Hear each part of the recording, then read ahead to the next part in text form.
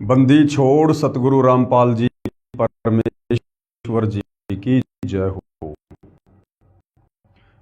परम पिता परमात्मा सारी सृष्टि के रचनहार कुल मालिक असंख्यों के जगत तीन परवेश सब राजाधिराज आत्माधार नाथों के नाथ देव के देव महादेव सर्वेश्वर महेश्वर मृत्युंजय अजरो अमर आदि अनादि सनातनी प्रभु जगत पिता जगदीश्वर श्री श्री 1008 की उपाधि के वास्तविक अधिकारी अकाल मूरत सौद स्वरूपी राम वासुदेव सर्वगतम ब्रह्म परम पूज्य प्रथम पूज्य परम संत परम पुरुष परम धनी परम दयालु सत्य कबीर हक्का कबीर अल्लाहु कबीर अल्लाहु अकबर बाखबर अल्लाह ताला जगत के तारणहार जगत के मुक्तिदाता जगत के जगन्नाथ हारे के सहारे हिंदुओं के राम मुसलमानों के अल्लाह सिखों के वाहिगुरु ईसाइयों के मसीह दया के सागर दया निधि करुणा के सागर करुणा निधि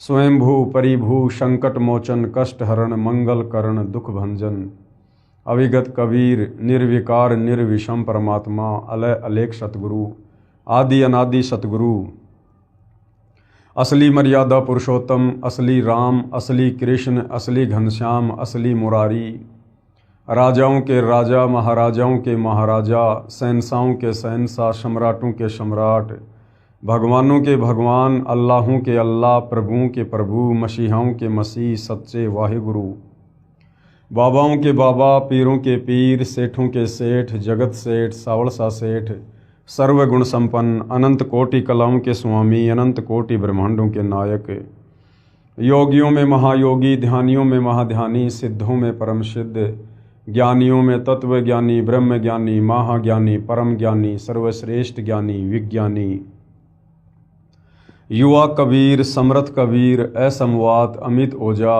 सच्चे रहनुमा करीम अल्लाह सुभान अल्लाह दुनिया के अंतिम पैगंबर 8 सितंबर 1951 से गांव धनाना जिला सोनीपत हरियाणा भारतवर्ष की पावन भूमि पे प्रकट रियल कल की भगवान श्री नारायण साकार हरि श्री बाबा साहेब नूर अनंत परमात्मा सच्चे दरवेश सच्चे बाखबर संत श्रोमणी सतगुरु रामपाल जी परमेश्वर जी के चरण कमल में साध संगति से जुड़े हुए आप और हम सभी भाई बहनों का अनंत कोटि दंडवत प्रणाम।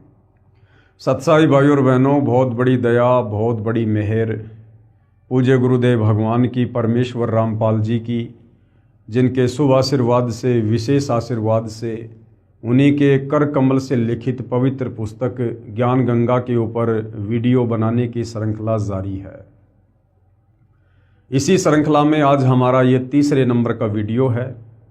फिलहाल हम ज्ञान गंगा पुस्तक की भूमिका के ऊपर चल रहे हैं और भूमिका को समझना बहुत ही महत्वपूर्ण होता है, क्योंकि भूमिका को समझे बिना हम किसी भी पुस्तक को आगे नहीं समझ सकते। तो भाई और बहनों, अभी तक जो 2 वीडियो ज्ञान गंगा पुस्तक पर बन चुके हैं, आप जी यदि पहली बार ये वीडियो देख रहे हैं तो आपने पहले के 2 वीडियो भी अवश्य देखने चाहिए और सीरियल वाइज आपने प्रत्येक वीडियो को अवश्य देखना चाहिए।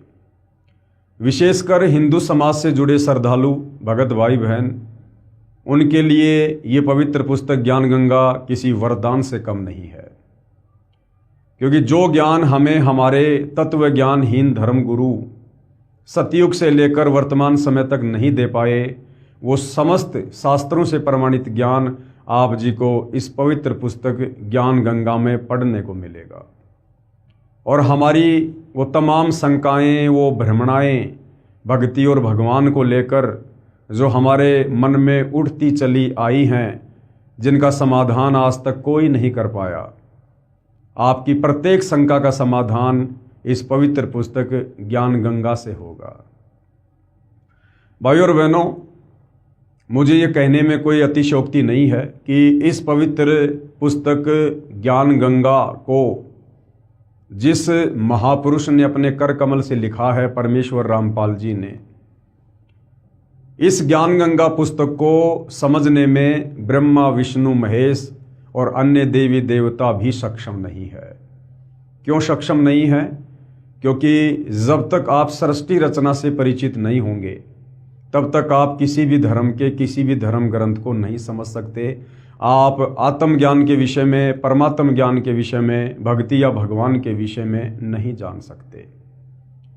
और सृष्टि रचना को समझने का सौभाग्य ब्रह्मा विष्णु महेश जी को प्राप्त नहीं है, क्योंकि परमपिता परमेश्वर कबीर साहिब की जब जब वे सतलोक से चलकर इस पृथ्वी लोक पर तत्वदर्शी संत के रूप में प्रकट होते हैं, तो ये दया वे केवल मानव शरीर प्राप्त आत्माओं पर ही करते हैं, क्योंकि इस पृथ्वी लोक को मुक्ति खेत भी कहा है। यानी जो इस काल ब्रह्म के 21 ब्रह्मांड हैं, उनमें केवल ये पृथ्वी लोक ही एक ऐसी जगह है जहाँ पर मनुष्य जन्म प्राप्त करके हम पूर्ण तत्वदर्शी संत की शरण में आकर मुक्ति प्राप्त कर सकते हैं। तो मोक्ष प्राप्ति का जो परम सौभाग्य वर्तमान में आप और हम मानव शरीरधारी आत्माओं को, स्त्री पुरुषों को है, ये सौभाग्य ब्रह्मा विष्णु महेश को भी नहीं है।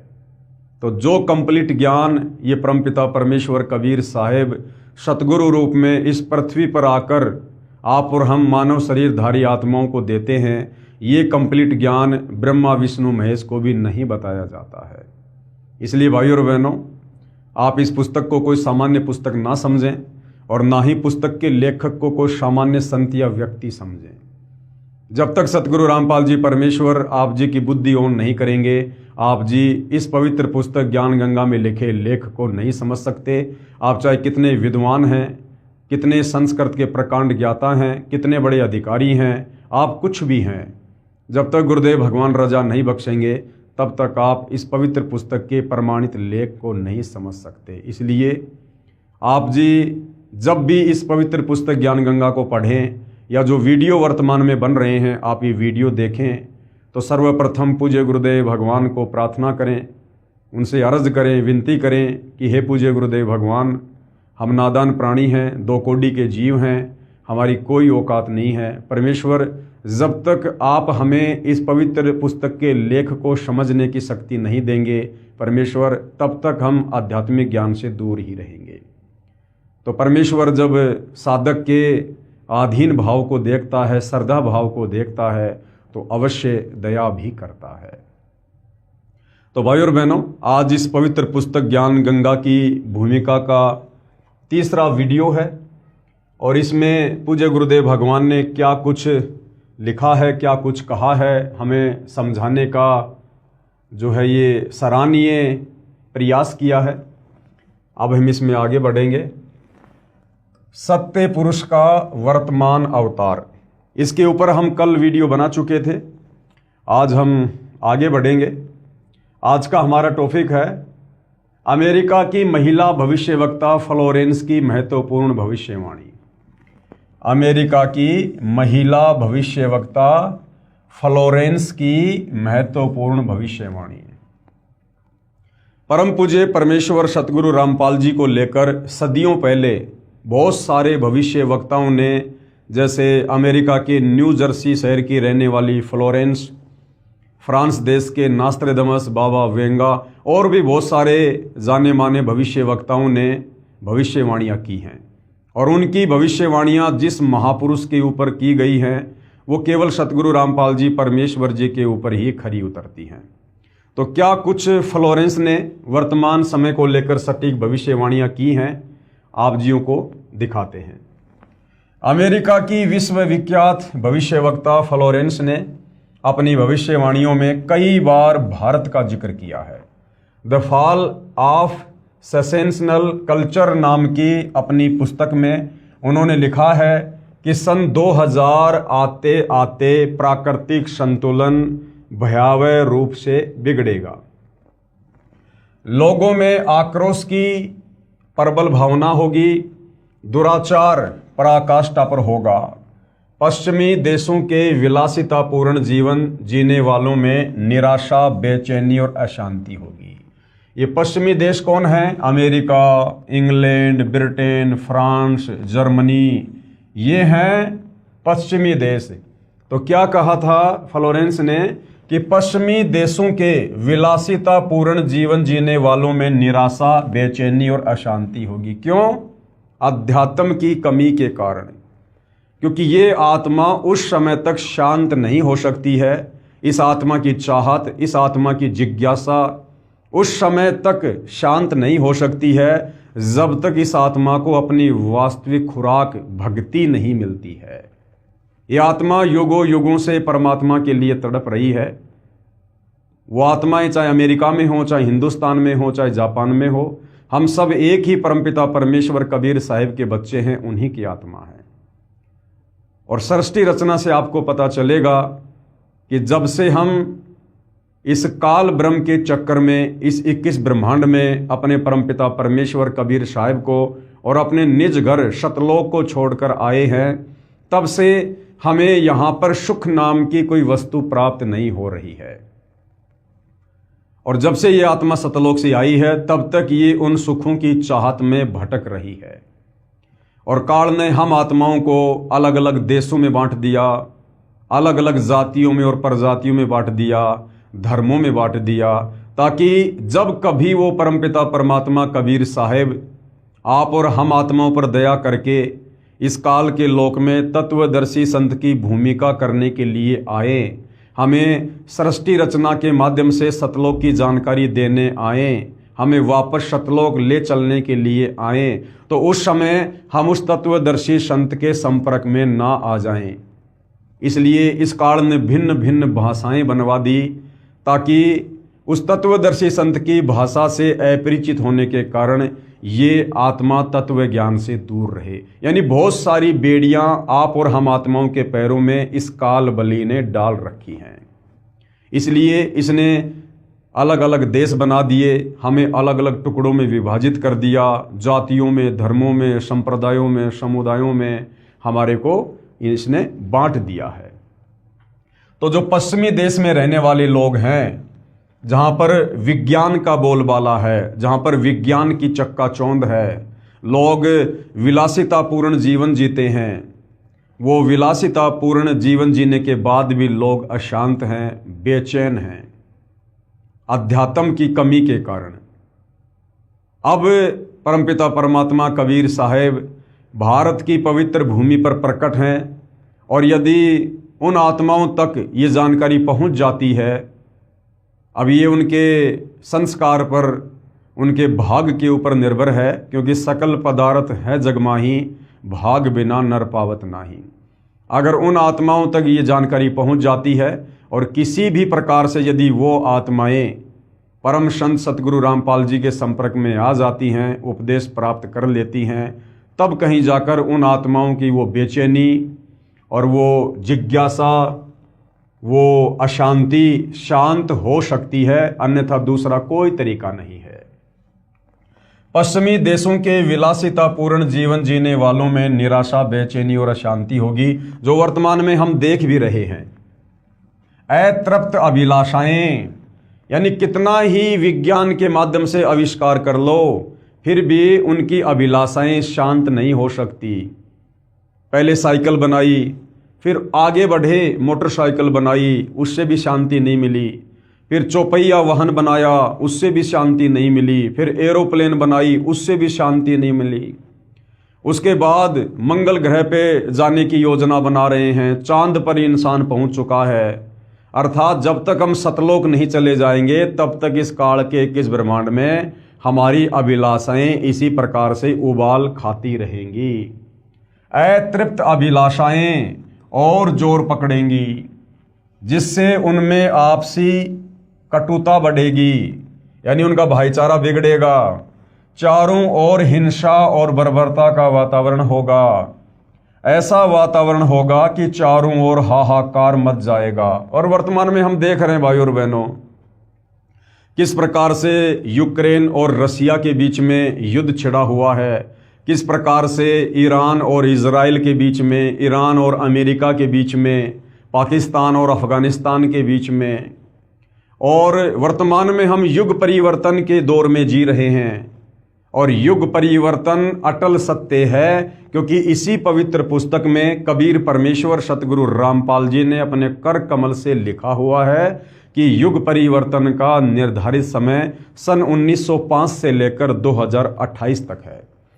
तो हम युग परिवर्तन की दहलीज पर हैं, और जब जब युग परिवर्तन होता है भयंकर जनहानि होती है, त्राहिमाम त्राहिमाम होता है। मुश्किल से 1.5 वर्ष का समय है, क्योंकि हम वर्तमान में मई 2026 में जी रहे हैं और 2028 युग परिवर्तन का अंतिम दौर है।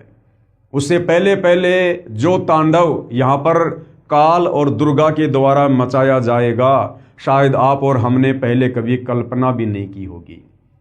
चाहे मानव निर्मित आपत्तियां आए, चाहे प्राकृतिक आपत्तियां आए, हर प्रकार से ये मानव शरीरधारी प्राणी या 184 योनियों के प्राणी इस समय असहनीय पीड़ाओं को जो है प्राप्त होंगे, क्योंकि ये युग परिवर्तन का दौर है। लेकिन क्या होगा? लेकिन भारत से उठने वाली एक नई विचारधारा। अब भारत से कौन सी विचारधारा उठेगी भाई? भक्ति की, अध्यात्म की, शास्त्र अनुकूल साधना की, जो विचारधारा सन 1994 से सतगुरु रामपाल जी ने लागू कर रखी है। यानी सन 1994 से सतगुरु रामपाल जी ने अपने यथार्थ तत्व ज्ञान का प्रचार प्रसार करना शुरू किया था। लेकिन भारत से उठने वाली एक नई विचारधारा इस घातक वातावरण को समाप्त कर देगी। वह विचारधारा वैज्ञानिक दृष्टि से सामंजस्य और भाईचारे का महत्व समझाएगी। यानी जो सतगुरु रामपाल जी की अध्यात्म वाली विचारधारा है, वो लोगों को समझाएगी वैज्ञानिक दृष्टि से कि भाई विज्ञान और धर्म में आपस में विरोधाभास नहीं है, विज्ञान और धर्म की कोई टक्कर, कोई मुकाबला नहीं है। अध्यात्म ज्ञान के अभाव में लोग समझ नहीं पा रहे हैं और लोग सोचते हैं कि जो लोग धार्मिक होते हैं वो लोग मूर्ख होते हैं, पागल होते हैं, उन्हें जीवन जीने का नहीं पता होता है। ये विज्ञान को फॉलो करने वाले लोगों का मत होता है। लेकिन असल में विज्ञान का और धर्म का कोई टकराव नहीं होता है, अपितु विज्ञान तो धर्म के आगे ऊंट के मुंह में जीरे के बराबर भी नहीं है, जीरे के बराबर भी। तो सतगुरु रामपाल जी परमेश्वर जी ने हमें यही समझाया है, यही बताया है कि विज्ञान तो इस अध्यात्म को समझने के लिए परमपिता परमेश्वर जी ने दी है। ये विज्ञान अध्यात्म को समझने में सहायक है। विज्ञान से हम धर्म को समझेंगे तो विज्ञान और धर्म का आपस में कोई टकराव किसी भी प्रकार का नहीं है। वह विचारधारा वैज्ञानिक दृष्टि से सामंजस्य और भाईचारे का महत्व समझाएगी। वह यह भी समझाएगी कि धर्म और विज्ञान में आपस में विरोध नहीं है। आध्यात्मिकता की उच्चता और भौतिकता का खोखलापन सबके सामने उजागर करेगी। आध्यात्मिकता की उच्चता यानी भक्ति की शक्ति और भौतिकता का खोखलापन सबके सामने उजागर करेगी। यानी आने वाले समय में जो लोग भगत होंगे, जो भक्ति करेंगे, और भक्ति कौन सी? शास्त्र अनुकूल भक्ति। और शास्त्र अनुकूल भक्ति पूरे विश्व में जगत गुरु तत्वदर्शी सतगुरु रामपाल जी के पास है और कहीं नहीं है। तो आने वाले समय में जो लोग भक्ति करेंगे, नेक नीति से जीवन जिएंगे, सतगुरु की शरण में रहकर मर्यादा में भक्ति करेंगे, वो निरंतर ऊपर की ओर ही उठते चले जाएंगे। वो हर प्रकार की समस्याओं से, पीड़ाओं से, रोग से, कष्टों से, तीन ताप के दुख से दूर होंगे। और जो लोग विज्ञान को ही सब कुछ मानकर विलासितापूर्ण जीवन जी रहे हैं, उन लोगों के जीवन में आने वाले समय में कष्ट ही कष्ट होंगे। आध्यात्मिकता की उच्चता और भौतिकता का खोखलापन सबके सामने उजागर करेगी। मध्यम वर्ग उस विचारधारा से बहुत अधिक प्रभावित होगा। मध्यम वर्ग कौन है? आप और हमारे जैसे लोग जो ना गरीब हैं ना अमीर हैं, जो ना गरीब हैं ना अमीर हैं, अपना नेक नीति ईमानदारी से मेहनत मजदूरी करके, कोई अपने खेतों में काम करके, छोटा मोटा व्यवसाय करके जो अपना और अपने परिवार का पालन पोषण कर रहा है, उनको कहते हैं मध्यम वर्ग के लोग। तो सबसे पहले आप देख रहे होंगे सतगुरु रामपाल जी की शरण में मध्यम वर्ग के लोग ही आए हैं। मध्यम वर्ग उस विचारधारा से बहुत अधिक प्रभावित होगा। यह वर्ग समाज के सभी वर्गों को अच्छे समाज के निर्माण के लिए उत्प्रेरित करेगा। जिस प्रकार मध्यम वर्ग से आने वाले सतगुरु रामपाल जी के फॉलोअर आज ज्ञान गंगा पुस्तक को हाथ में लेकर सभी लोगों को ज्ञान समझाने की दिशा में आगे बढ़ रहे हैं। एक अच्छे और स्वच्छ समाज का निर्माण करने के लिए बीड़ा उठा रखा है ज्ञान आधार से। यह वर्ग समाज के सभी वर्गों को अच्छे समाज के निर्माण के लिए उत्प्रेरित करेगा। यह विचारधारा पूरे विश्व में चमत्कारी परिवर्तन लाएगी। यही सतगुरु रामपाल जी का ज्ञान, सतगुरु रामपाल जी के द्वारा दी गई शास्त्र अनुकूल सत भक्ति पूरे विश्व को बदल के रख देगी आने वाले समय में। आगे उस फ्लोरेंस ने क्या कहा, मुझे अपनी छठी अतीन्द्रिय शक्ति से यह एहसास हो रहा है कि इस विचारधारा को जन्म देने वाला वह महान संत भारत में जन्म ले चुका है।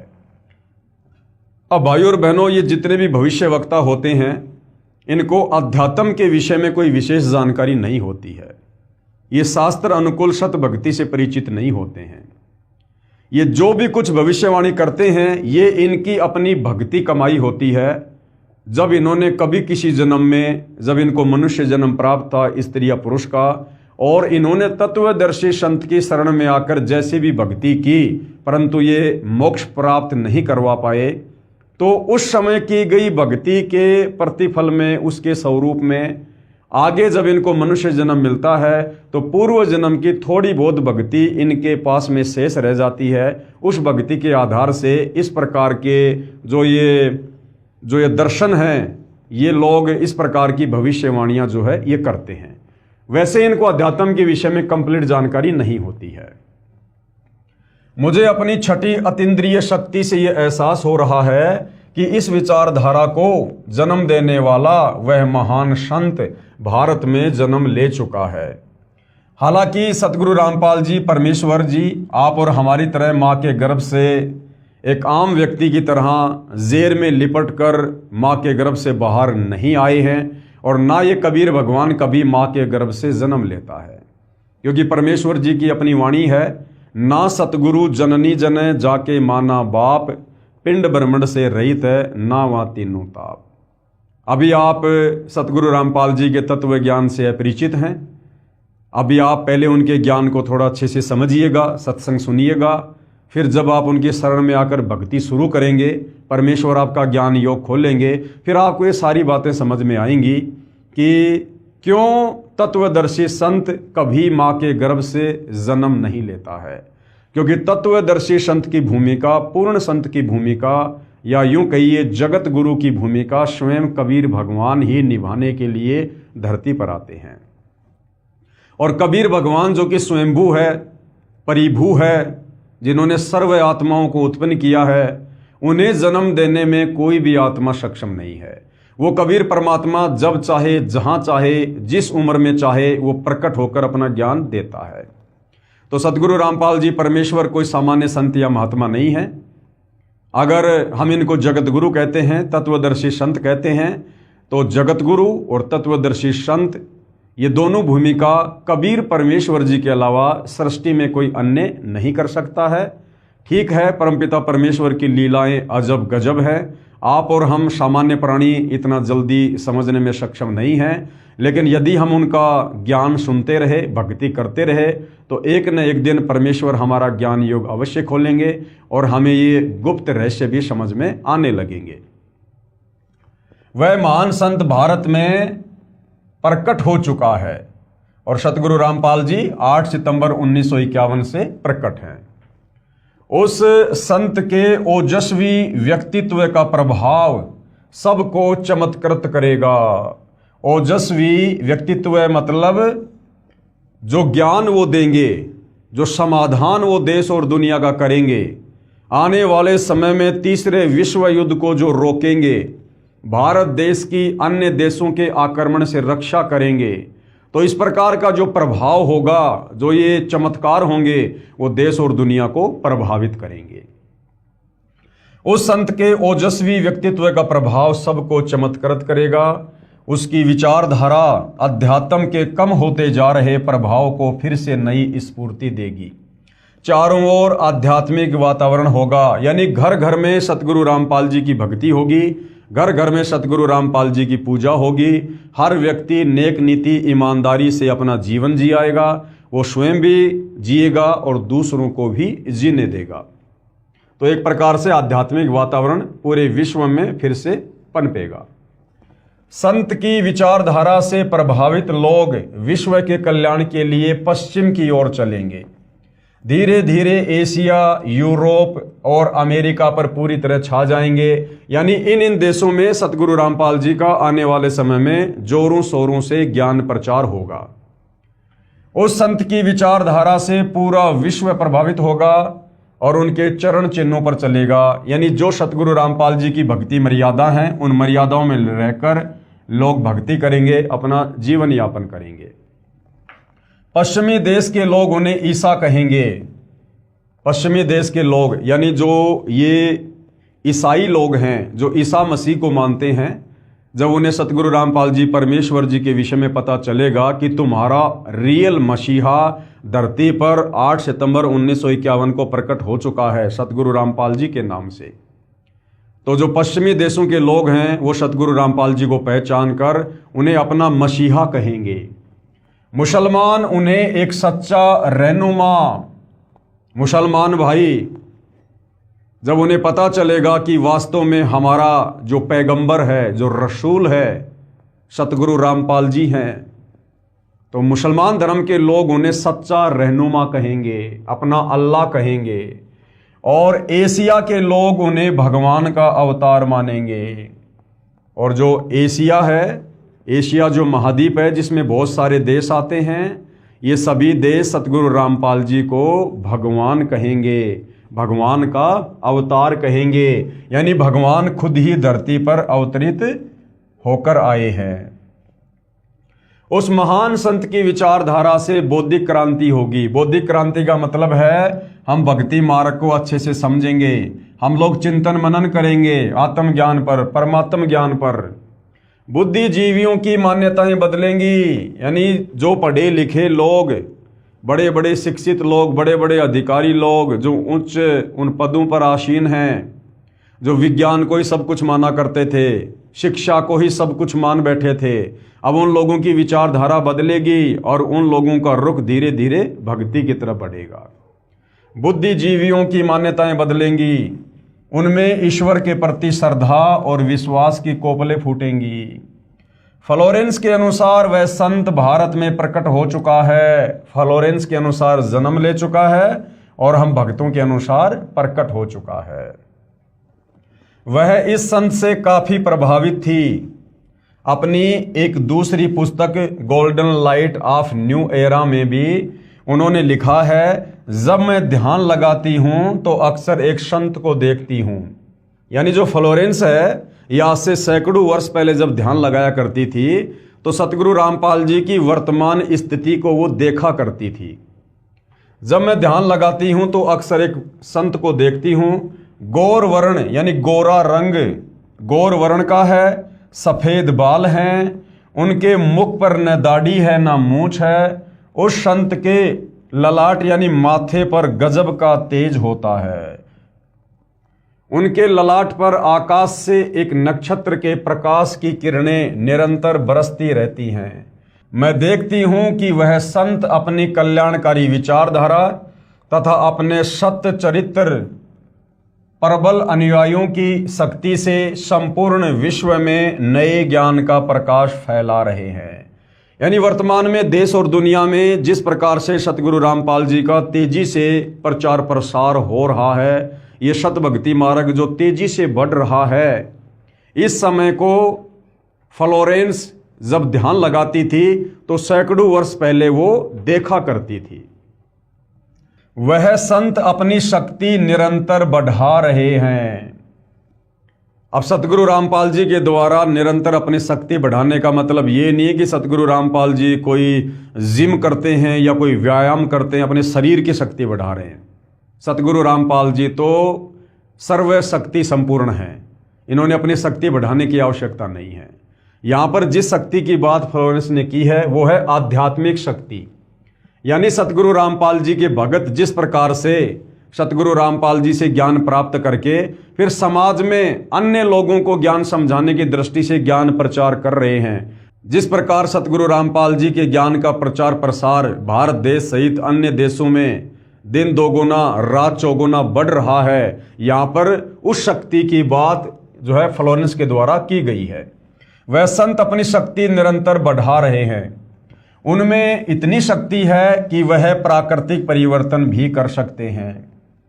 यानी फ्लोरेंस का कहना कि उस महान संत में इतनी शक्ति है कि वो चाहे तो प्राकृतिक परिवर्तन भी कर सकते हैं, वो बाढ़ को भी रोक सकते हैं, वो अतिवृष्टि अनावृष्टि ओलावृष्टि या फिर अकाल जैसी स्थिति को भी रोक सकते हैं। यानी किसी भी प्रकार का कोई भी प्राकृतिक परिवर्तन करने में वर्तमान में सतगुरु रामपाल जी सक्षम हैं। उनमें इतनी शक्ति है कि वह प्राकृतिक परिवर्तन भी कर सकते हैं। वह अपना कार्य वैज्ञानिक ढंग से करेंगे, परंतु ये वर्तमान समय कलयुग की बिचली पीढ़ी का है, मोक्ष का प्राइम टाइम है, और इस समय सतगुरु रामपाल जी ने चमत्कार ना करके अपने ज्ञान के माध्यम से आत्माओं को मोक्ष के लिए तैयार करना है। तो वर्तमान में सीधा सीधा चमत्कार ना करके सतगुरु रामपाल जी वैज्ञानिक दृष्टिकोण से चलेंगे। अब जैसे कुछ दिन पहले हरियाणा में बाढ़ आई, लोगों के गांवों में घरों में खेतों में पानी भर गया, जनजीवन अस्त व्यस्त होने लगा।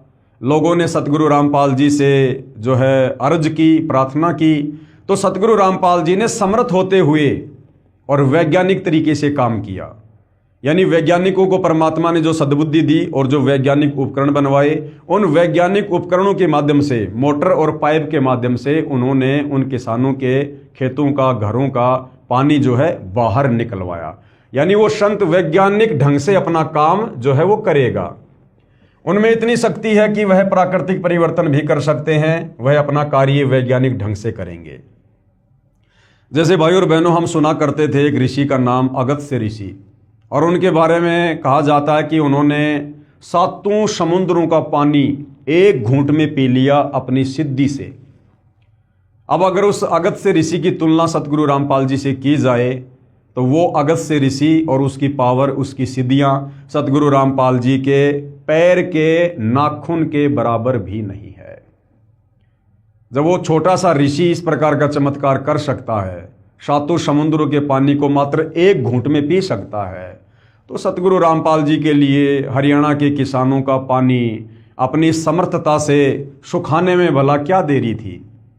लेकिन ये परमात्मा वर्तमान में इस कलयुग की बिचली पीढ़ी में इस प्रकार के चमत्कार खुल्लम खुल्ला नहीं करेगा, ये वैज्ञानिक तरीके से अपना कार्य करेगा। उनमें इतनी शक्ति है कि वह प्राकृतिक परिवर्तन भी कर सकते हैं, वह अपना कार्य वैज्ञानिक ढंग से करेंगे। उनकी कृपा और प्रयत्नों से मानवीय सभ्यता में नई जागृति आएगी।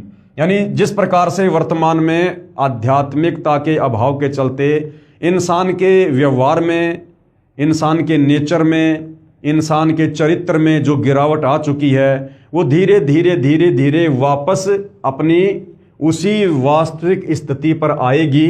यानी लोगों में फिर से जागृति आएगी, लोग भक्ति मार्ग पर चलेंगे, सही मायने में लोग एक इंसान बनेंगे। उनकी कृपा और प्रयत्नों से मानवीय सभ्यता में नई जागृति आएगी, विश्व के समस्त जन समूह में नई चेतना का संचार होगा, लोक शक्ति का नया रूप उभर कर सामने आएगा। लोक शक्ति का नया रूप, अब ये लोक शक्ति का नया रूप क्या है? यानी इस विश्व में यदि आने वाले समय में किसी महापुरुष को सबसे ज्यादा अगर समर्थन मिलेगा जनता का, तो केवल सतगुरु रामपाल जी को मिलेगा। लोक शक्ति का एक नया रूप उभर कर सामने आएगा, जो सत्ताधारियों की मनमानियों पर अंकुश लगा देगा। यानी आने वाले समय में सतगुरु रामपाल जी को देश और दुनिया का इतना जबरदस्त समर्थन मिलेगा, ये जो सत्ताधारी लोग हैं, जो राजनेता हैं, इनकी मनमानियों के ऊपर अंकुश लग जाएगा। मजबूर हो जाएंगे ये राजनेता सतगुरु रामपाल जी के प्रवचन सुनने के लिए, सतगुरु रामपाल जी से उपदेश लेकर उनकी आज्ञा में रहकर सच्ची नीयत से राज्य करने के लिए। सत्ताधारियों की मनमानियों पर अंकुश लगा देगा। मनोचिकित्सक तथा सम्मोहन कला के विश्व प्रसिद्ध ज्ञाता डॉक्टर मोरे बर्नस्टीन की फ्लोरेंस से अच्छी दोस्ती थी। एक बार फ्लोरेंस ने उनसे भी कहा था, डॉक्टर, वह समय बड़ी तेजी से नजदीक आ रहा है जब सत्ता लोलुप राजनेताओं की अपेक्षा आप जैसे समाज सेवकों की बातें समाज अधिक ध्यान से सुनेगा। 21वीं सदी के आते आते यानी सन 2000 के आते आते एक नई विचारधारा पूरे विश्व को प्रभावित करेगी। कौन सी विचारधारा? अध्यात्म की विचारधारा। सतगुरु रामपाल जी की भक्ति वाली विचारधारा पूरे विश्व को प्रभावित करेगी। हर राष्ट्र में सत्य चरित्र धार्मिक लोगों का संगठन लोगों के दिमाग में बैठी गलत मान्यताओं को बदल देगा। ये विचारधारा भारत से प्रस्फुटित होगी, यानी इस विचारधारा का जन्म भारत देश से होगा, वहीं से पूरे विश्व में फैलेगी। मैं उस पवित्र स्थान पर एक प्रचंड तपस्वी को देख रही हूं। यानी जो फ्लोरेंस थी वो सतगुरु रामपाल जी के विषय में कह रही है कि मैं उस पवित्र स्थान पर यानी सतलोक आश्रम बरवाड़ा उस बहन को उस समय अपनी ध्यान अवस्था में दिखाई दे रहा था, जहां बैठकर सतगुरु रामपाल जी देश और दुनिया को आध्यात्मिक ज्ञान दे रहे थे। मैं उस पवित्र स्थान पर एक प्रचंड तपस्वी को देख रही हूं जिसका तेज बड़ी तेजी से फैल रहा है, यानी उनका ज्ञान बड़ी तेजी से फैल रहा है। मनुष्य में सोए देवत्व को जगाने तथा धरती का स्वर्ग जैसा बनाने के लिए वह संत दिन रात प्रयत्न कर रहे हैं, सत्संग कर करके, अपने भक्तों के माध्यम से ज्ञान प्रचार करवा करवा के। एक पत्रकार ने सन 1964 में फ्लोरेंस से पूछा था कि क्या वह दुनिया का भविष्य बता सकती है, तो फ्लोरेंस ने इसके जवाब में कहा था, 1970 की शुरुआत व्यापक उथल पुथल के साथ होगी।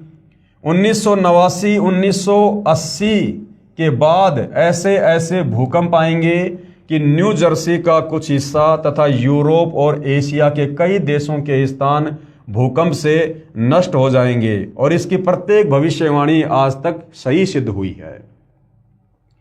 कुछ हिस्से जलमग्न भी हो जाएंगे। तीसरा विश्व युद्ध का आतंक सबके दिमाग में बैठ जाएगा। अब वो समय आ गया है भाइयों और बहनों, जिस प्रकार से एक देश दूसरे देश का दुश्मन बनकर बैठा है। दुनिया तीसरे विश्व युद्ध के मुहाने पर खड़ी है। लोगों के दिमाग में तीसरे विश्व युद्ध का आतंक बैठ चुका है। ये वर्तमान समय के लिए उसने ये भविष्यवाणी की है। तीसरे विश्व युद्ध का आतंक सबके दिमाग में बैठ जाएगा और वे इस युद्ध की तैयारी करेंगे। लेकिन भारतीय राजनेता अपने प्रभाव और बुद्धि से तीसरे विश्व युद्ध को टालने में सफल हो जाएंगे। लेकिन भारतीय राजनेता, अब ये राजनेता कौन होंगे? ये राजनेता वही होंगे जो सतगुरु रामपाल जी से उपदेश प्राप्त करके फिर सतगुरु रामपाल जी की नियम और मर्यादाओं में रहकर राज्य करेंगे, और सतगुरु रामपाल जी से सलाह मशवरा करके उनकी आज्ञा लेकर और उनके बताए अनुसार फिर वो राजनेता जो भगत ही होंगे वो तीसरे विश्व युद्ध को रोकने में सफल होंगे। लेकिन भारतीय राजनेता अपने प्रभाव और बुद्धि से तीसरे विश्व युद्ध को टालने में सफल हो जाएंगे। तीसरे विश्व युद्ध के शुरू होने तक भारत के शासन की बागडोर आध्यात्मिक प्रवृत्ति के लोगों के हाथ में होगी। तीसरा विश्व युद्ध जो अपने पीक टाइम पर होगा, उस समय जो भारतीय राजनीति में जो राजनेता होंगे, प्रधानमंत्री होगा, मुख्यमंत्री होगा, राष्ट्रपति होगा, ये सब सतगुरु रामपाल जी की शरण में होंगे। तीसरे विश्व युद्ध के शुरू होने तक भारत के शासन की बागडोर आध्यात्मिक प्रवृत्ति के लोगों के हाथ में होगी। इसलिए उनके प्रभाव से विश्व युद्ध टलेगा, उन राजनेताओं के प्रभाव से नहीं टलेगा। वो राजनेता केवल भगत होंगे, सतगुरु रामपाल जी जैसा भी दिशा निर्देश देंगे और सतगुरु रामपाल जी के आशीर्वाद से, उनकी शक्ति से वो विश्व युद्ध जो है वो टलेगा। वे शासक एक महान संत के ओजस्वी तथा क्रांतिकारी विचारधारा से प्रभावित होंगे, यानी वो सतगुरु रामपाल जी से उपदेश प्राप्त कर चुके होंगे। वे उस संत के प्रति उसी तरह समर्पित होंगे जैसे वाशिंगटन स्वतंत्रता एवं मानवता के प्रति समर्पित थे। वो राजनेता जो सतगुरु रामपाल जी से उपदेश प्राप्त करके राजनीति करेंगे धर्म नीति में रहकर, वे उस संत यानी सतगुरु रामपाल जी के प्रति उसी तरह समर्पित होंगे जैसे वाशिंगटन कौन था? अमेरिका का प्रथम राष्ट्रपति। जैसे वाशिंगटन स्वतंत्रता और मानवता के प्रति समर्पित थे। अमेरिका के शहर न्यू जर्सी की रहने वाली फ्लोरेंस सचमुच एक विलक्षण महिला थी। एक बार नेबेल नाम के व्यक्ति ने टीवी कार्यक्रम के दौरान उनसे बोला, आप भारत में जन्म ले चुके संत के बारे में तो अक्सर बताती रहती हैं, मैं अपने बारे में कुछ जानना चाहता हूं, बताइए। तो नेबेल के बारे में फ्लोरेंस ने क्या बताया? फ्लोरेंस ने उसके दाहिने हाथ को थाम लिया और बोली, आप बहुत जल्द किसी दूसरे राज्य से प्रसारण करेंगे।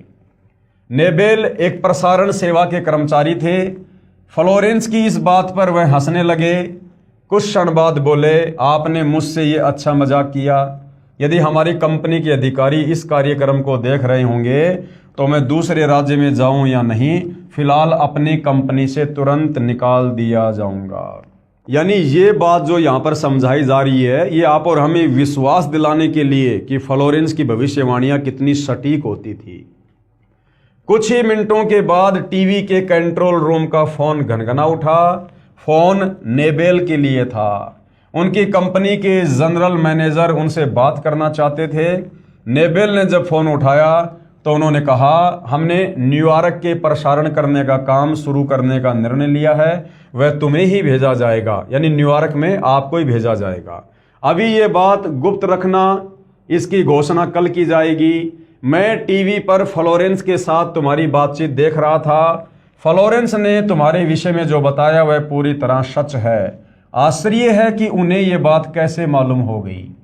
नेबेल फ्लोरेंस का चेहरा देखता रह गया। यानी इतनी सटीक भविष्यवाणी फ्लोरेंस की है, तो जो भविष्यवाणी फ्लोरेंस ने उस महान संत सतगुरु रामपाल जी के विषय में वर्तमान समय को लेकर की हुई है आज से सैकड़ों वर्ष पहले, तो फिर वो भला झूठी कैसी हो सकती हैं।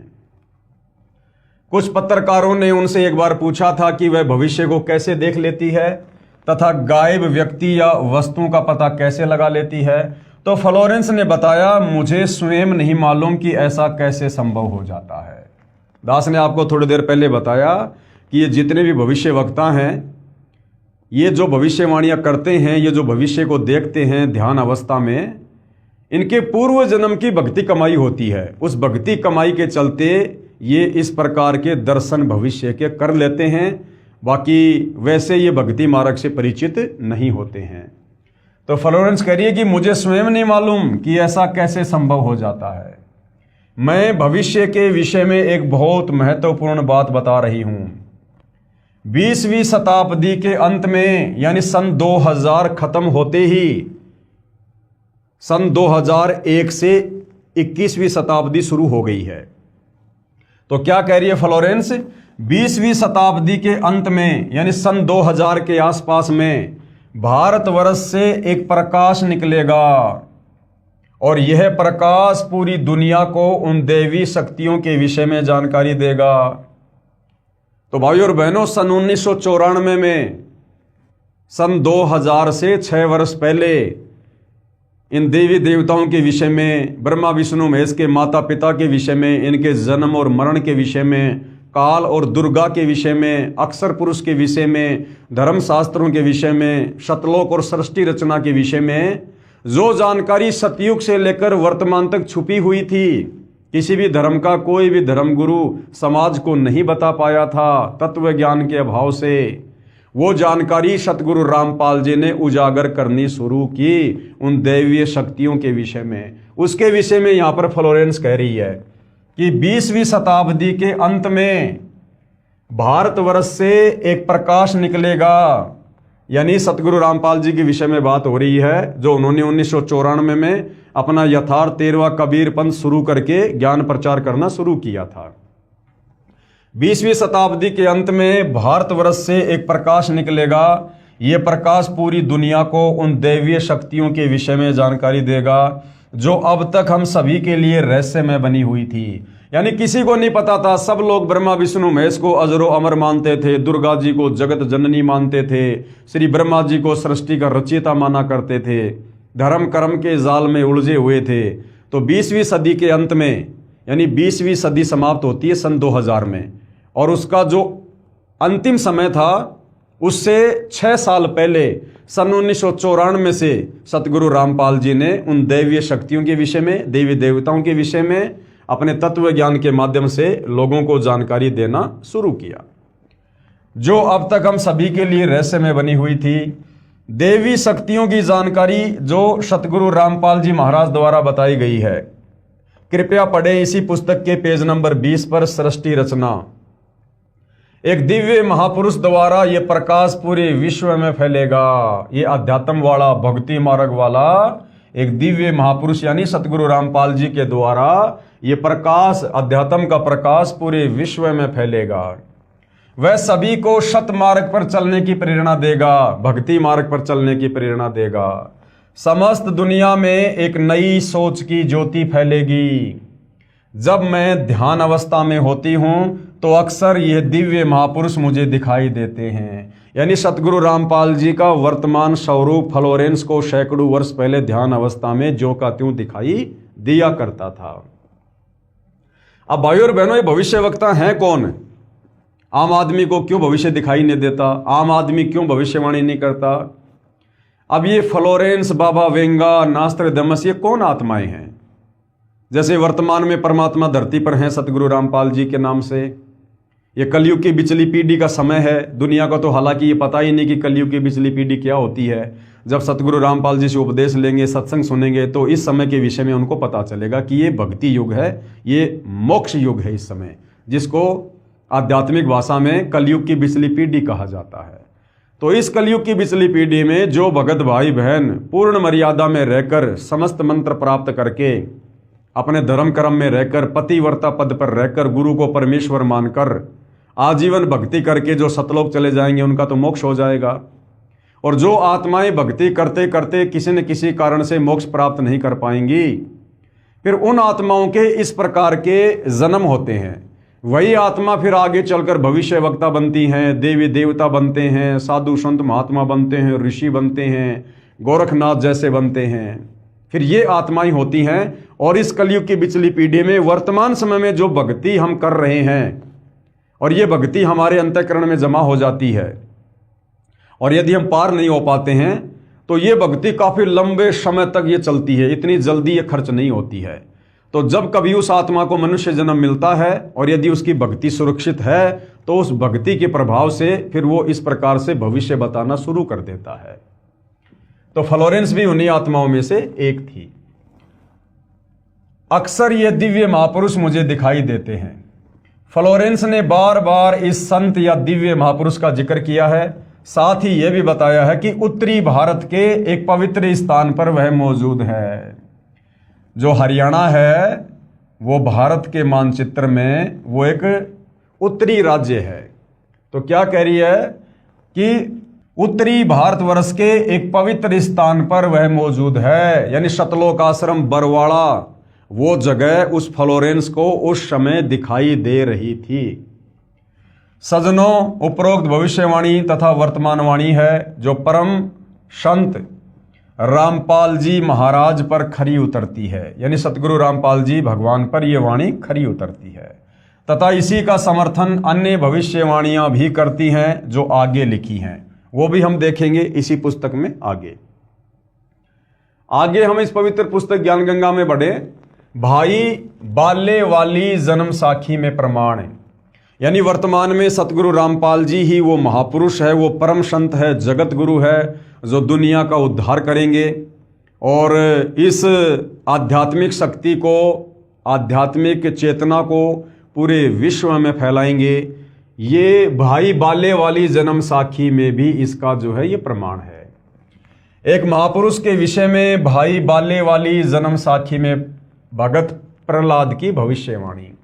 ये भाई बाला कौन था? भाई बाला और मर्दाना ये आदरणीय नानक जी के भगत थे। ये ज़्यादातर समय ये नानक जी के साथ में रहा करते थे। तो भाई बाले वाली जन्म साखी में प्रमाण। भाई बाले वाली जन्म साखी में लिखा गया विवरण स्पष्ट करता है कि सतगुरु रामपाल जी महाराज ही वह अवतार हैं जिन्हें परमेश्वर कबीर जी तथा संत नानक जी के पश्चात पंजाब की धरती पर अवतरित होना था। अवतरित होना था। एक होता है अवतार, एक होता है अवतरित होना।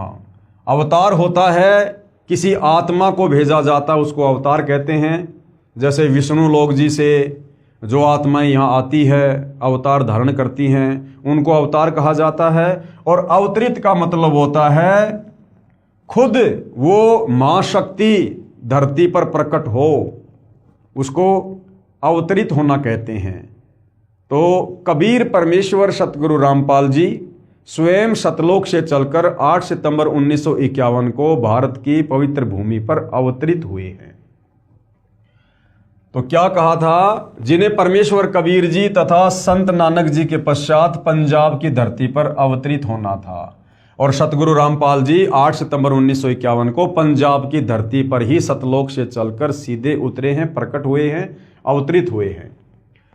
सतगुरु रामपाल जी महाराज 8 सितंबर 1951 को गांव धनाना, जिला सोनीपत, हरियाणा प्रांत, उस समय पंजाब प्रांत, क्योंकि 8 सितंबर 1951 को जिस समय सतगुरु रामपाल जी भारतवर्ष की पवित्र भूमि पर अवतरित हुए, उस समय हरियाणा राज्य नहीं बना था। सन 1951 में हरियाणा राज्य का जन्म नहीं हुआ था। उस समय ये हरियाणा का क्षेत्र ये पंजाब के अंतर्गत था। 8 सितंबर 1951 को गांव धनाना, जिला सोनीपत, हरियाणा प्रांत, उस समय पंजाब प्रांत, भारत की पवित्र धरती पर श्री नंदराम जाट के घर जाट वर्ण में श्रीमती इंदिरा देवी के घर पर प्रकट हुए। हालांकि यहाँ पर लेखक के द्वारा लिखा है श्रीमती इंदिरा देवी की कोख से जन्मे, जबकि भाई और बहनों सतगुरु के विषय में परिभाषा है, परमेश्वर की अमरवाणी है, ना सतगुरु जननी जने, जननी यानी माँ और जने यानी पैदा होना। अगर कोई सतगुरु है वास्तव में तो सतगुरु केवल कबीर साहिब है। कबीर साहिब के अलावा इस धरती पर कोई सतगुरु की भूमिका कर ही नहीं सकता। और सतगुरु के विषय में क्या है? ना सतगुरु जननी जने, जाके माना बाप, पिंड ब्रह्मंड से रहित है, ना वहाँ तीनों ताप। तो जब आप इस अध्यात्म में धीरे धीरे धीरे धीरे आगे बढ़ेंगे, हमारी बुद्धि का विकास होगा, तो हमें सतगुरु की परिभाषा भी समझ में आएगी। फिलहाल आप जन्म लेना कह सकते हैं, क्योंकि फिलहाल आप जी अध्यात्म से अच्छे से परिचित नहीं हैं। लेकिन जब आप उपदेश लेकर इस ज्ञान की गहराई में जाओगे तो आपको सतगुरु की परिभाषा समझ में आने लगेगी। श्रीमती इंदिरा देवी के घर प्रकट हुए। इस विषय में जन्म साखी भाई बाले वाली हिंदी वाली में, जिसके प्रकाशक हैं भाई जवार सिंह, कृपाल सिंह एंड कंपनी पुस्तकां वाले, बाजार माई सेवा, अमृतसर पंजाब, तथा पंजाबी वाली के प्रकाशक हैं भाई जवार सिंह, कृपाल सिंह, पुस्तकां वाले गली 8 बाग, रामानंद, अमृतसर पंजाब। क्या लिखा इसमें? इसमें लिखा अमर लेख इस प्रकार है। एक समय भाई बाला तथा मर्दाना को साथ लेकर सतगुरु नानक देव जी भगत प्रहलाद जी के लोक में गए, जो पृथ्वी से कई लाख कोस दूर अंतरिक्ष में है। प्रहलाद ने कहा कि हे नानक जी, आपको परमात्मा ने दिव्य दृष्टि दी तथा कलयुग में बड़ा भगत बनाया है। आपका कलयुग में बहुत प्रताप होगा। यहाँ पर यानी मुझ प्रहलाद के लोक में पहले कबीर जी आए थे। भगत प्रहलाद बता रहा है नानक जी को कि आपसे पहले मेरे लोक में कबीर जी आए थे, या आज आप आए हो, एक और आएगा। सतगुरु रामपाल जी की तरफ संकेत है, एक और आएगा जो आप दोनों जैसा ही महापुरुष होगा। इन तीनों के अलावा यहाँ मेरे लोक में कोई नहीं आ सकता। भगत बहुत हो चुके हैं, आगे भी होंगे, परंतु यहाँ मेरे लोक में वही पहुंच सकता है जो इन जैसी महिमा वाला होगा, और कोई नहीं। इसलिए इन तीनों के अतिरिक्त यहाँ कोई नहीं आ सकता। मर्दाने ने पूछा कि हे भगत प्रहलाद जी, कबीर जी तो जुलाहा थे, यानी कबीर परमात्मा जब 650 साल पहले बनारस के काशी में आए तो जिन अच्छी आत्माओं को उन्होंने अपनी परवरिश के लिए निमित्त बनाया, नीरू और नीमा को, वो जुलाहे का कार्य किया करते थे। तो उस घर में परमेश्वर की लीला में परवरिश हुई, जिस कारण से आगे चलकर कबीर परमात्मा भी जुलाहा कहलाए। तो क्या कह रहे हैं मर्दाना जी, इसलिए इन तीनों के अतिरिक्त यहां कोई नहीं आ सकता। मर्दाने ने पूछा कि हे भगत प्रहलाद जी, कबीर जी तो जुलाहा थे, नानक जी खत्री हैं, वह तीसरा किस वर्ण यानी जाति से तथा किस धरती पर अवतरित होगा?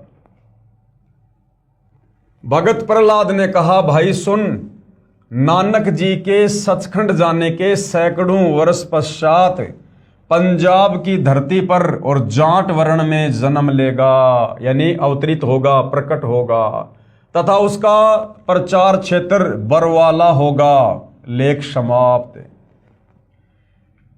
अब यहां पर गुरुदेव भगवान कह रहे हैं, विवेचन कीजिए।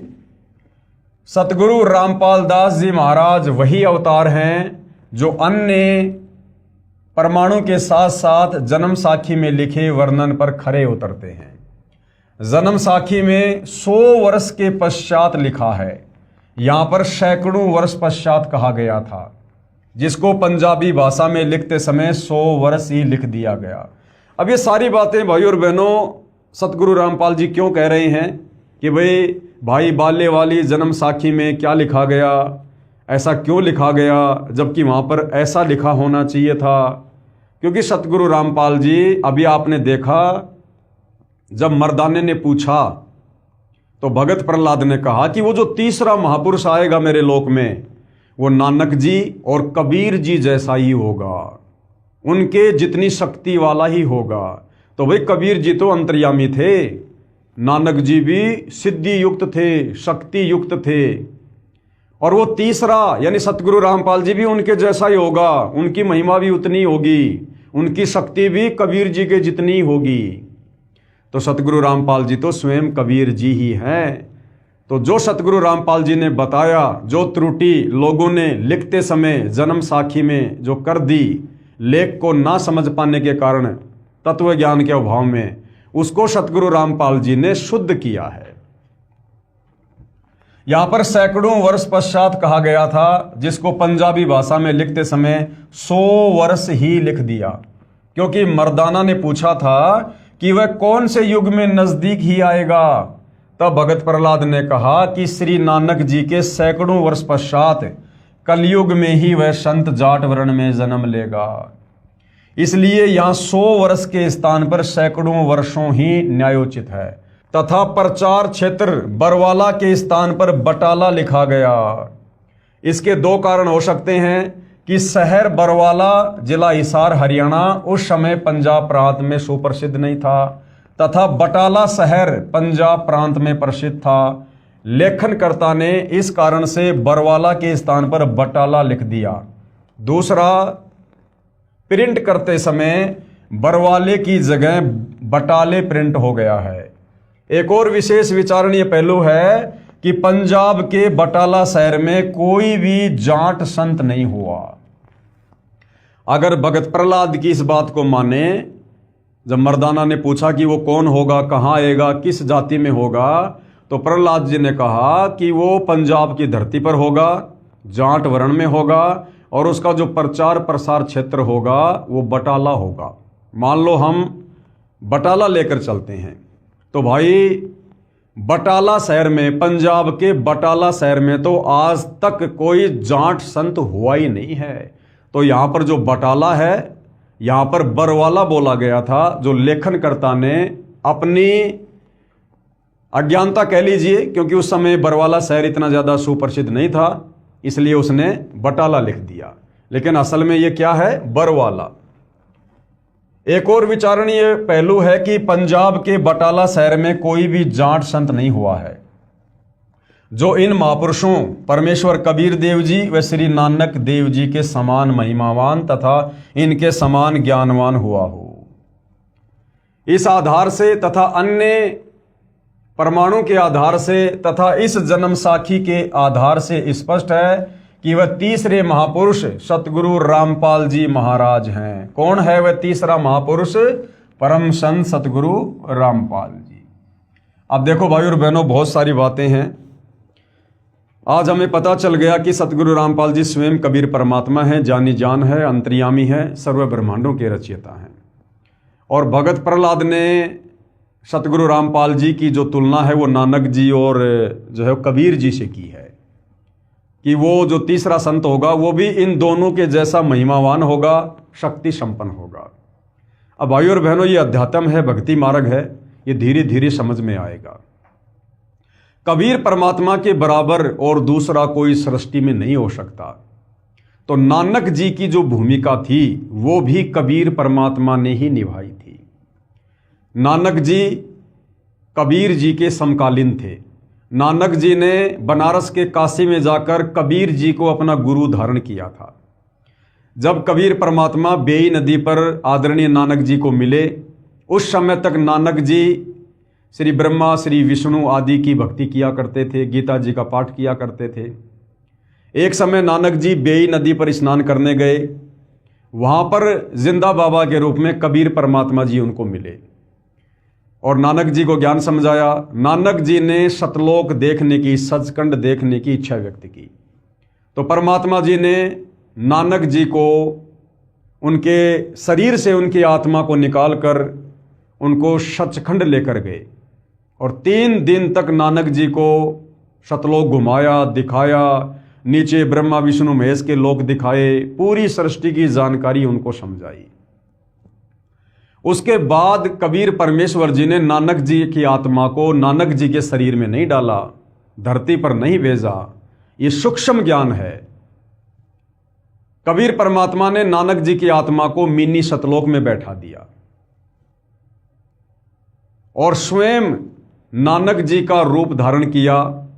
ये परमात्मा किसी और का शरीर काम में नहीं लेता है, किसी और का चोला काम में नहीं लेता है।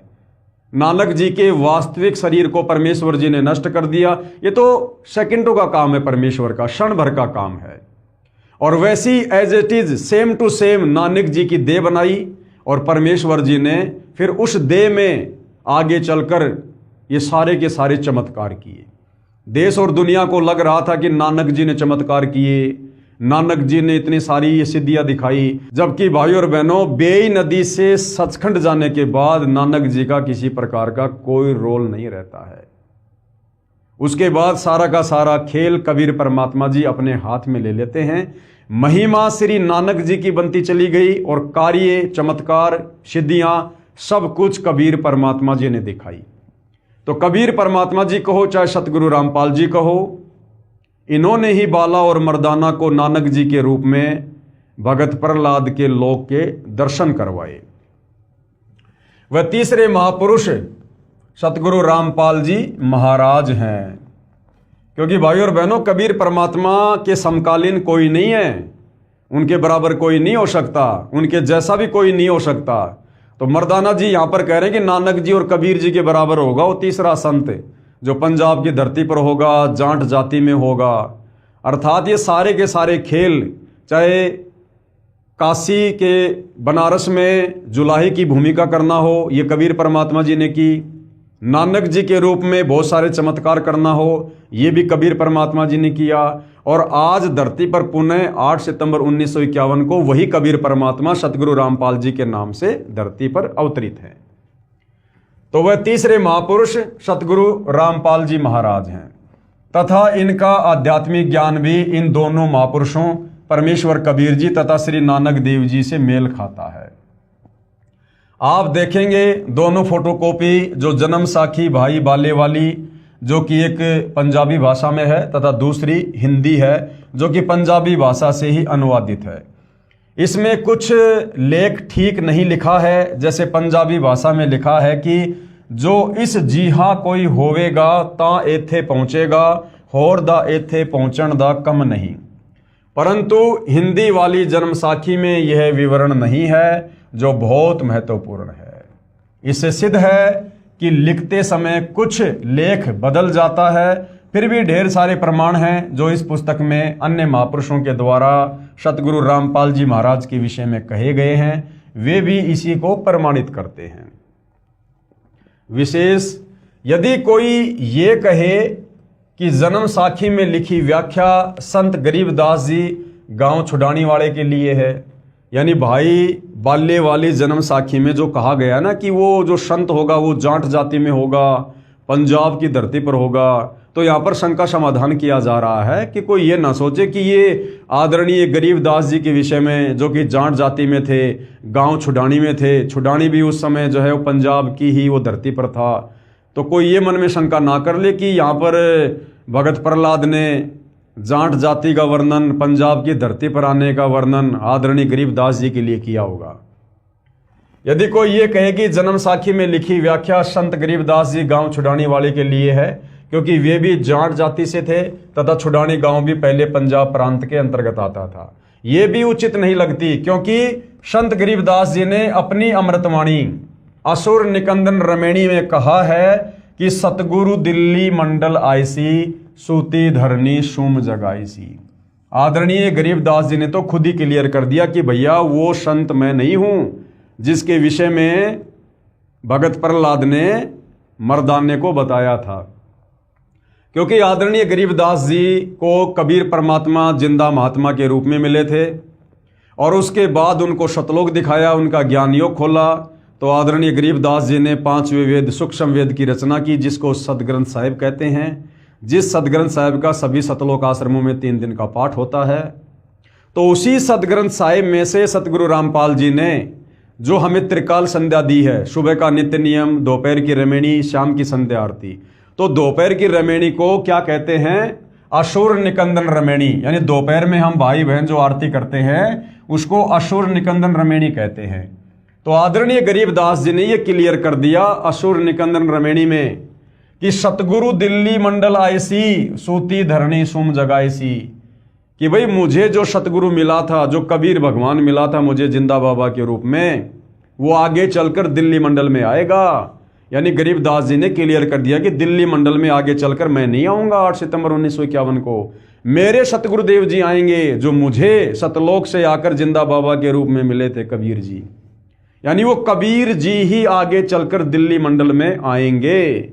और भाई और बहनों, जो विशेष संदेश सतगुरु रामपाल जी ने अपने इसार जेल के दौरान बाहर हम आत्माओं के लिए भेजे थे, उस विशेष संदेश में भी सतगुरु रामपाल जी ने इस विषय को लेकर बिल्कुल क्लियर कर दिया है कि वर्तमान में तुम्हारे सतगुरु के रूप में, यानी सतगुरुदेव भगवान स्वयं के विषय में कह रहे हैं कि वर्तमान में वही कबीर भगवान गरीबदास जी का सतगुरु वर्तमान में तुम्हारा गुरु है। कि भाई गरीबदास जी के समय आए थे और वर्तमान में तुम्हारे सामने प्रत्यक्ष प्रकट है, पहचान सको तो पहचान लो। तो गरीबदास जी के समय कौन आए थे? खुद कबीर भगवान आए थे जिंदा बाबा के रूप में। और गुरुदेव कह रहे हैं कि जो गरीबदास जी के समय आए थे वही महापुरुष आज धरती पर तुम्हारे सामने प्रत्यक्ष प्रकट है तुम्हारे गुरु के रूप में। यानी सतगुरु रामपाल जी स्वयं वही जिंदा बाबा, वही कबीर भगवान है, जो बड़े सौभाग्य से आप और हमें सतगुरुदेव भगवान के रूप में नसीब हुए हैं।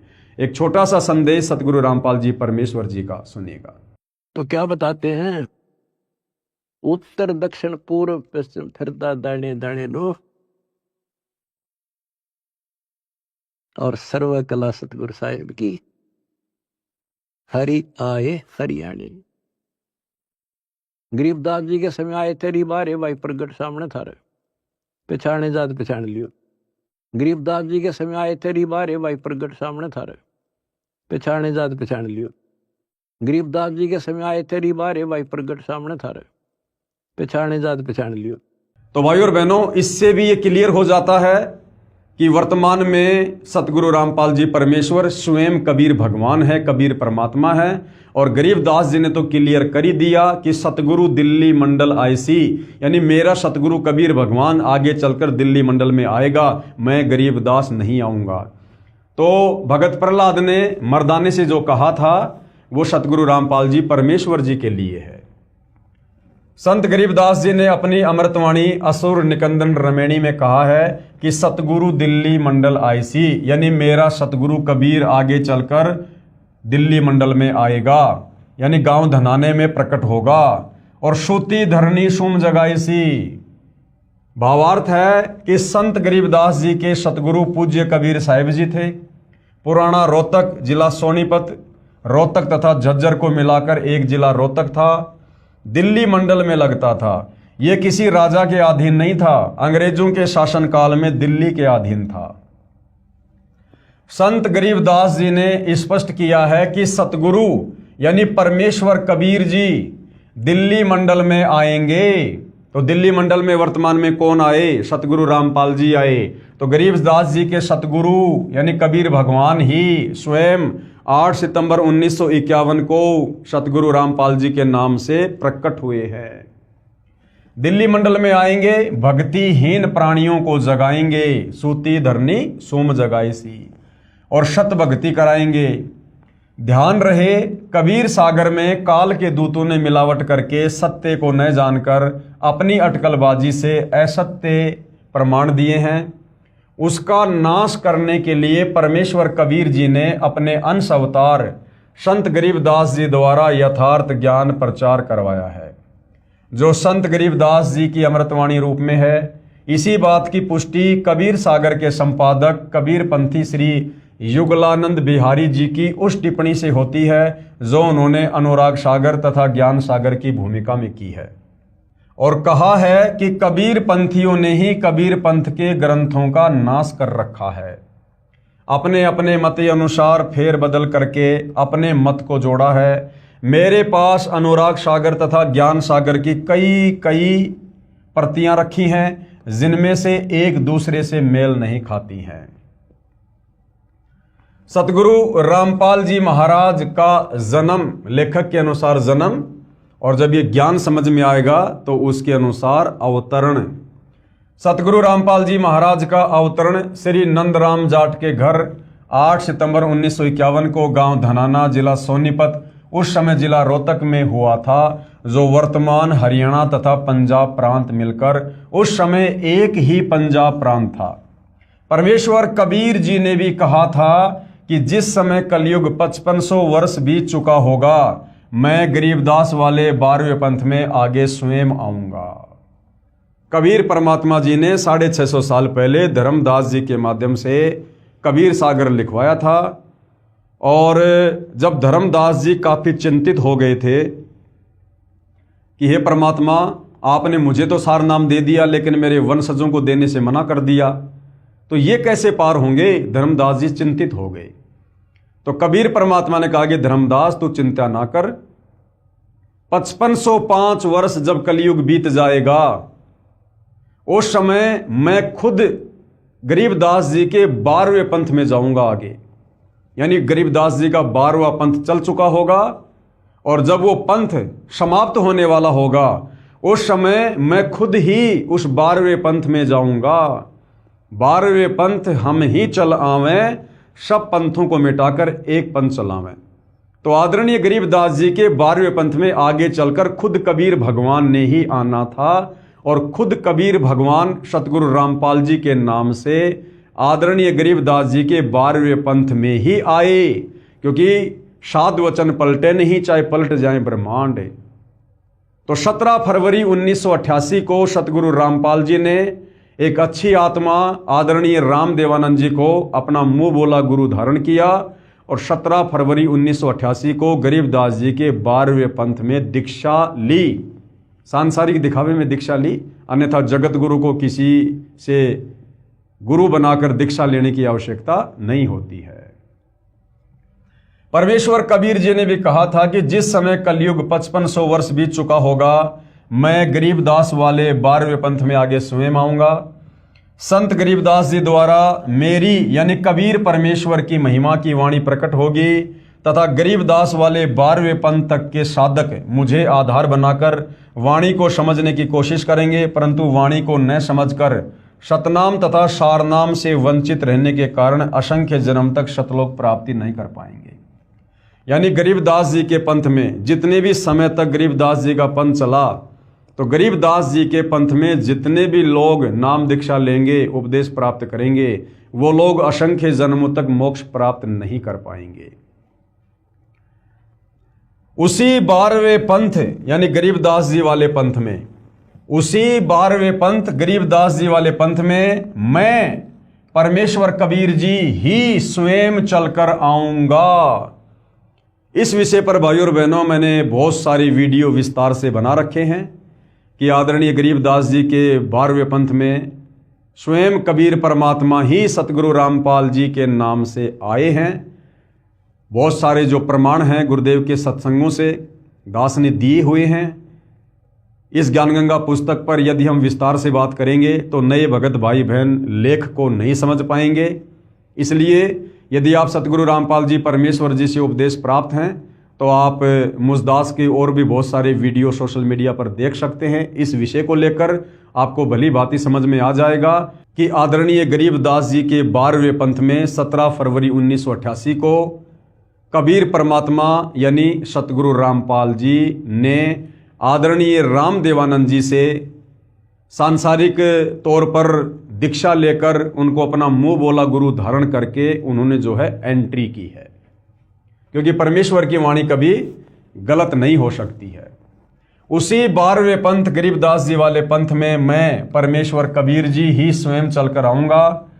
तब संत गरीबदास जी द्वारा प्रकट की गई वाणी को मैं कबीर परमेश्वर प्रकट होकर समझाऊंगा। तो सन 1994 से आदरणीय गरीबदास जी की वाणियों को सदग्रंथ साहिब को खोल खोल कर गांव गांव जाकर सत्संग करके कौन महापुरुष समझा रहे थे, सतगुरु रामपाल जी समझा रहे थे। और यहां पर आपको एक जो प्रमाण है और मिल गया है, संत गरीबदास जी द्वारा प्रकट की गई वाणी को मैं कबीर परमेश्वर क्या करूंगा, प्रकट होकर समझाऊंगा। मां के गर्भ से जन्म लेकर नहीं, प्रकट होकर समझाऊंगा। तो 8 सितंबर 1951 को सतगुरु रामपाल जी परमेश्वर आप और हम 2 कोटि के जीवों की चरम दृष्टि को धोखा देते हुए, काल को धोखा देते हुए, क्योंकि इस परमेश्वर को कबीर भगवान को वेदों में तस्करा कहा है। तस्करा का मतलब होता है जो आंखों में धूल झोंक कर अपना कार्य करता है। तो ये परमात्मा इस काल की आंखों में धूल झोंक कर इस प्रकार की लीला करता है। आदरणीय नानक जी ने तो कबीर परमेश्वर जी को प्यार में ठग कहा है, जो काल को भी ठग लेता है और अपना ज्ञान प्रचार करके अपनी आत्माओं को शतलोक ले जाता है। तो ये परमेश्वर की अजब गजब लीला है भाइयों और बहनों। ये जब आप इस ज्ञान की गहराई में जाओगे, जब आपको सतगुरु रामपाल जी से जुड़ने के बाद काफ़ी समय हो जाएगा, 5-10 वर्ष, उसके बाद आपको ये बातें समझ में आने लगेंगी। तो क्या कहा गया है, उसी 12वें पंथ गरीबदास जी वाले पंथ में मैं यानी परमेश्वर कबीर ही स्वयं चलकर आऊंगा तथा संत गरीबदास जी द्वारा प्रकट की गई वाणी को मैं कबीर परमेश्वर प्रकट होकर समझाऊंगा। प्रकट होकर, इससे सिद्ध हुआ कि जन्म साखी में जिस जाट संत के विषय में कहा है, निर्विवाद रूप से वह सतगुरु रामपाल जी महाराज ही हैं। फिर भी हम संत गरीबदास जी का विशेष आदर करते हैं, क्योंकि उन्होंने परमेश्वर कबीर जी का अमर संदेश सुनाया है। यदि कोई भ्रम उत्पन्न करे, ये दूसरी शंका है, यदि कोई भ्रम उत्पन्न करे कि 10 गुरु साहिबानों में से भी किसी की ओर संकेत हो सकता है कि भाई भगत प्रहलाद ने जो मर्दाना को कहा था कि वो जाट वर्ण में आएगा, पंजाब की धरती पर आएगा, तो कोई ये भ्रम पैदा ना करे कि वो 10 सिख गुरु साहिबानों की ओर संकेत है। जी नहीं, इसके लिए ध्यान रहे कि 10 सिख गुरु साहिबानों में से कोई भी जाट जाति से नहीं था। दूसरे सिख गुरु श्री अंगद देव जी खत्री थे, यानी नानक जी भी जाति से जो है वो खत्री थे, और दूसरे सिख गुरु श्री अंगद देव जी भी जो है वो खत्री थे। तीसरे श्री अमरदास जी भी जो है वो खत्री थे। चौथे गुरु श्री रामदास जी भी जो है वो खत्री थे, तथा 5वें गुरु श्री अर्जुन देव जी से लेकर 10वें तथा अंतिम श्री गुरु गोविंद सिंह जी तक श्री गुरु रामदास जी की संतान अर्थात खत्री ही थे। फिर भी हम सभी सिख गुरु साहिबानों का विशेष आदर करते हैं। यानी कहने का मतलब है, मर्दाना ने जो पूछा था, भगत प्रहलाद ने जो बताया था कि वो जाट वर्ण में होगा, पंजाब की धरती पर होगा, वो सतगुरु रामपाल जी परमेश्वर जी के विषय में है। सतगुरु रामपाल जी महाराज कहते हैं, जीव हमारी जाति है, मानव धर्म हमारा, हिंदू मुस्लिम सिख ईसाई धर्म नहीं कोई न्यारा। ये स्लोगन है, ये नारा है परमेश्वर रामपाल जी का कि जीव हमारी जाति है, अर्थात हमारे को भिन्न भिन्न जातियों में केवल इस काल ने यहां पर बांट रखा है। असल में हम सब की एक ही जाति है कि हम सब जीव हैं और हमारी किसी प्रकार की कोई औकात नहीं है, हम जीव हैं। और मानव धर्म हमारा, अर्थात मानवता से बढ़कर, इंसानियत से बढ़कर दूसरा कोई धर्म नहीं है। ये बाकी जितने भी धर्म हैं हजारों की संख्या में, मुख्य तौर पर हिंदू, मुस्लिम, सिख, ईसाई, जैनी, बौद्ध, यहूदी, फारसी, मंगोली, ये सब इस काल के द्वारा उत्पन्न किए गए हैं, काल के द्वारा बनवाए गए हैं। आप और हम परमेश्वर की आत्माओं को इस कलयुग के समय में आपस में जो है बांटने के मकसद से, क्योंकि इसी समय कबीर परमात्मा धरती पर तत्वदर्शी संत के रूप में प्रकट होते हैं, अपने ज्ञान का प्रचार करते हैं, आत्माओं को काल के जाल से मुक्त करवाकर सतलोक लेकर जाते हैं।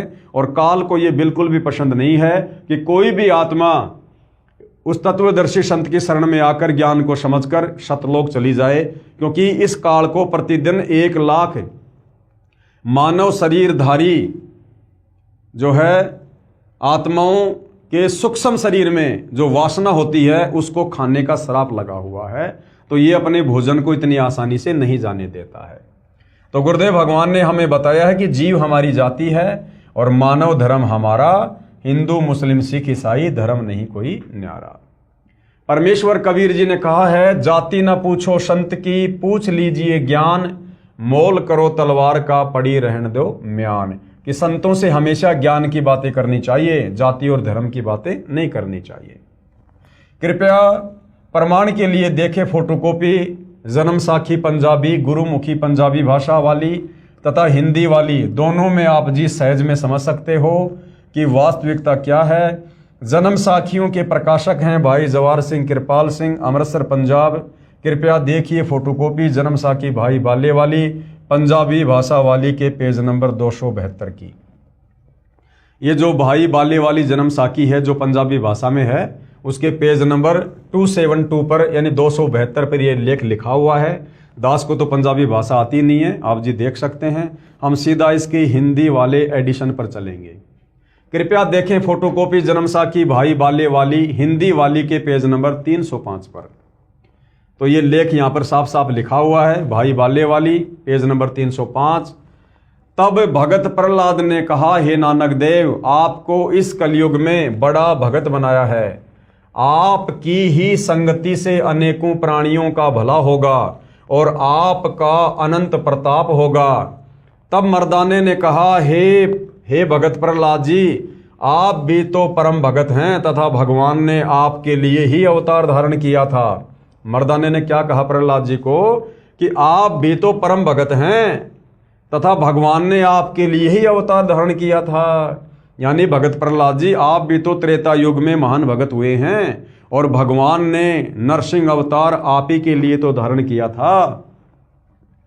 आप भी तो परम भगत हैं तथा भगवान ने आपके लिए ही अवतार धारण किया था। प्रहलाद जी ने कहा, हे भाई मर्दाना, इस स्थान पर या तो कबीर पहुंचा है और यह गुरु नानक आया है। यहां आना कोई आसान यानी कोई सुगम कार्य नहीं है। एक और महापुरुष होगा जो पहुंच सकेगा, यानी मेरे लोक में एक और महापुरुष होगा जो आ सकता है। मर्दाने ने कहा, हे भगतवर, वह पुरुष कौन और कब होगा? प्रहलाद ने उत्तर दिया, जब गुरु नानक देव यहाँ आएंगे तो इनके 100 वर्ष पश्चात, यहाँ पर सैकड़ों वर्ष था लेकिन लेखक ने यहाँ पर 100 वर्ष लिखा है जो गलत है। तो इनके सैकड़ों वर्ष पश्चात आएगा, अर्थात यहाँ केवल 3 आदमी ही आने हैं। ये आदमी जो शब्द है ये गलत है। ये किसी भी महापुरुष के लिए आदमी शब्द यूज नहीं किया जाता है।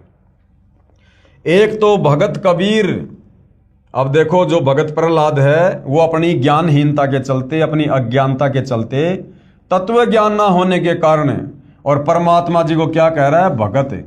एक तो भगत कबीर और दूसरे श्री गुरु नानक देव जी, इनके पश्चात वह तीसरा आएगा। तब मर्दाने ने कहा, हे प्रहलाद जी, कबीर जी तो जुलाहा था और नानक देव जी खत्री हैं, परंतु वह तीसरा किस जाति का होगा? उत्तर में प्रहलाद जी ने कहा, हे मर्दाना, पंजाब की धरती, और वर्ण उसका जाट होगा। वर्ण क्या होगा? जाट होगा, जाट वर्ण में होगा। तथा नगर बटाला, ये बरवाला था भाई और बहनों, बटाला नहीं, तथा नगर बरवाला होगा। उस समय मर्दाना गुरु जी के चरण, फिर आगे लेख समाप्त हो जाता है। अब यहां पर किसी ने सवाल किया सतगुरु रामपाल जी के भक्तों से, प्रश्न, एक संस्कृत के विद्वान शास्त्री ने कहा कि आपके गुरु सतगुरु रामपाल जी महाराज संस्कृत नहीं पढ़े हैं।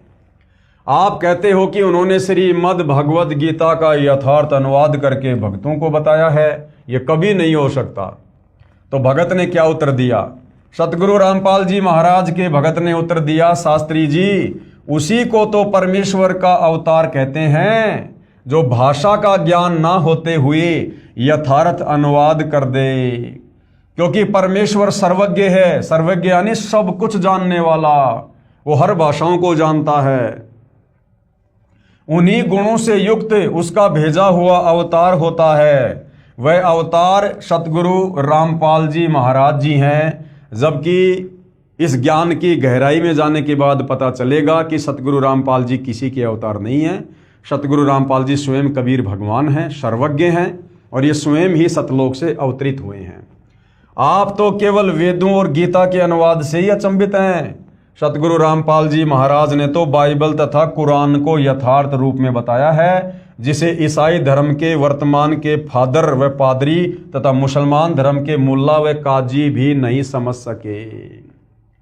तो भाइयों और बहनों, ये पवित्र पुस्तक ज्ञान गंगा, इस पवित्र पुस्तक ज्ञान गंगा में सर्व धर्म शास्त्रों से प्रमाणित यथार्थ ज्ञान है। आज से पहले हमने केवल अज्ञान ही सुना था। अज्ञानी धर्मगुरुओं की मनमुखी भक्ति वाली बातें, शास्त्रों वाली बातें हमने सुनी थी। अब जब हमारे सामने ये प्रमाणित ज्ञान आएगा तो आत्मा एकदम से तो स्वीकार नहीं करती है, लेकिन यदि हम थोड़ा सा धैर्य रखेंगे, थोड़ी रुचि लेंगे और परमपिता परमेश्वर जी से यदि हम अरदास करेंगे सद्बुद्धि की, तो भाई और बहनों, अवश्य हमें यह तत्व ज्ञान समझ में आएगा, जो तत्व ज्ञान हमारे ही धर्मशास्त्रों में था। लेकिन हमारे ज्ञानहीन काल प्रेरित धर्म गुरु हमें शास्त्रों से इस ज्ञान को निकाल कर नहीं दे पाए और हमें यथार्थ भक्ति और भगवान से दूर रखा, अपरिचित रखा, जिसका खामियाजा हम युगों युगों से भुगत रहे हैं। ना जाने कितनी बार हमने लख 84 योनियां भोगी हैं, कितनी बार हम स्वर्ग में गए, हम नरक में गए, असहनीय पीड़ाओं को भोगा, मोक्ष ना होने के चलते।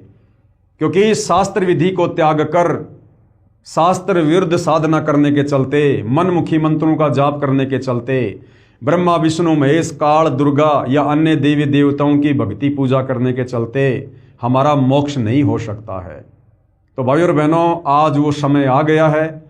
ये कलयुग की बिचली पीढ़ी है, मोक्ष का प्राइम टाइम है। आप और हमारे पास में गोल्डन चांस है। परमात्मा कबीर देव स्वयं सतगुरु रामपाल जी के नाम से धरती पर प्रकट हैं, जगत गुरु की भूमिका कर रहे हैं, तत्वदर्शी संत की भूमिका कर रहे हैं। हमने थोड़ा सा धैर्य रखना है, निष्पक्ष होकर हमने उनके ज्ञान को थोड़ी रुचि लेकर समझना है। एक बार यदि आत्मा ने इस ज्ञान को पकड़ लिया, स्वीकार कर लिया, तो भाई और बहनों, फिर मोक्ष में किसी भी प्रकार की कोई शंका नहीं है। और जैसे जैसे आपको ज्ञान समझ में आ जाता है, और यदि आप नाम दीक्षा लेने के इच्छुक हैं, तो शतलोक आश्रम के मोबाइल नंबरों पर संपर्क कीजिएगा, या शतलोक आश्रम की वेबसाइट है www.jagatgururampalji.org। वहाँ से आपको समस्त जानकारी मिल जाएगी, कहाँ से आपको दीक्षा मिलेगी, कैसे मिलेगी, कैसे आप सतगुरु रामपाल जी के पावन चरण कमल से जुड़ सकते हैं, अपनी आत्मा का कल्याण करवा सकते हैं। तो हम इस पवित्र पुस्तक में धीरे धीरे आगे बढ़ेंगे।